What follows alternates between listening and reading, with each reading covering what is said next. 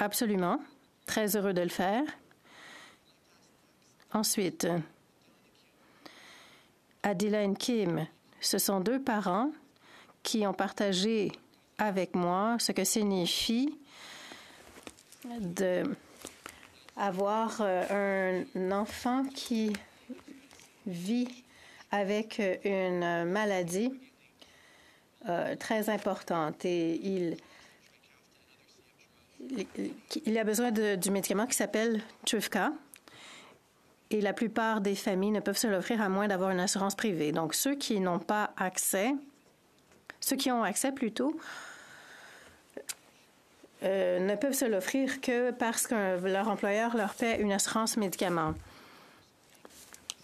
Mais en fait, la couverture, le coût du médicament est souvent plus élevé que le salaire de la personne.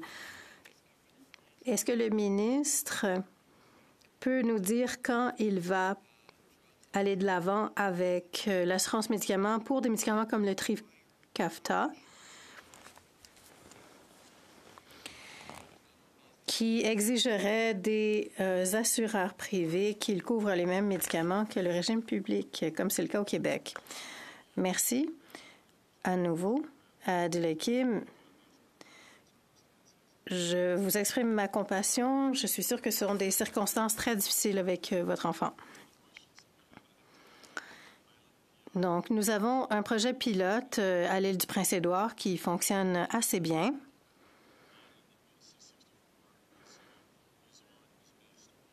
Le modèle de C64 est basé sur le modèle universel. On essaie de voir quel modèle fonctionne mieux pour l'ensemble des médicaments. Le comité se penchera sur la question au cours de la prochaine année. Ce sont donc des considérations tout à fait d'actualité. Il est donc très important que nous jetions les bases législatives de ces mesures pour nous assurer que nous puissions apporter du soutien à des familles comme Dylan et Kim. Nous travaillons en ce sens. Merci.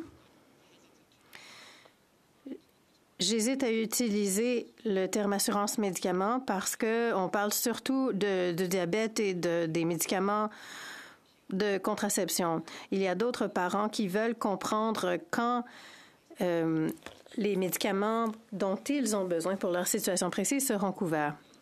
J'aimerais donc savoir quand le ministre va élargir le programme. L'honorable ministre? Le système de santé est toujours en évolution. On le construit un bloc à la fois. L'une des choses les plus frustrantes pour moi, c'est de voir ce qui se passe partout au pays et de voir des mesures que l'on pourrait prendre et que nous n'avons toujours pas prises, notamment au Nunavut, il y a des éclosions de tuberculose. L'honorable député? Merci.